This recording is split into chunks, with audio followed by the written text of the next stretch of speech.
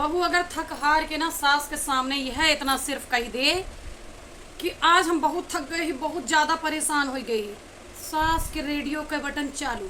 का तू थक गई, जरा सा ही खाना बना के थक गई।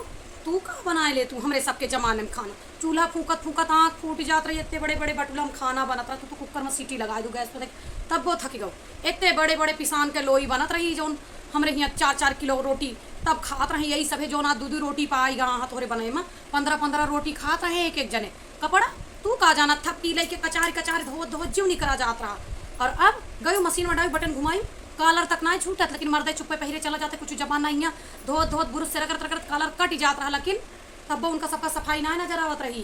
तू अपना कहा तू काम से तक यहाँ रोटी चला दूँ, नलका चलत ना रहा, हच हच हंडिल मारत रहे, सांस ऊपर चढ़ जात रही। तो एक थकब कहाते कि वो थकब रहा। सब्जी में तरह तरह के मसाला चिम्मच चिम्मच बूका डार दियो पीसा। हमारे सबके जमाने में लई लसीली पर रगड़ा आधा घंटा पीस के चटक मसाला बनत रहा, चटक सब्जी खाई जात रही। और अगर तू सब कहा तू ना गई बाजार से चद्दर खरीद लाऊ, गद्दा खरीद लाऊ, यहाँ कथरी गोदरी सियत जो भी आ जाता है, समझ में। अगर तू सब कहा तू कि हम थक गए तो हमारी शर्म लागत है। तू सब पोछा ना मार पाऊ, तू कपड़ा से फर्श पर सरकावे खतो, यहाँ गोबर लेके ऊंचे नीचे खाले ऊंचे करत रहने।